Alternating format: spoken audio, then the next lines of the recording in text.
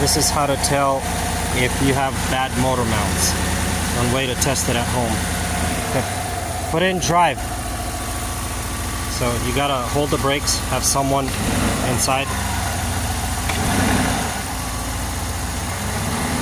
See how jumpy it is? So basically put the e-brake on, hold the brakes, and give gas. So we could tell this side is bad. And this isn't drive. Put it in reverse. You do it reverse in the same way. See how smooth? The other side is fine. And that's how you could tell which side. It should work on most vehicles. You can tell this side's bad.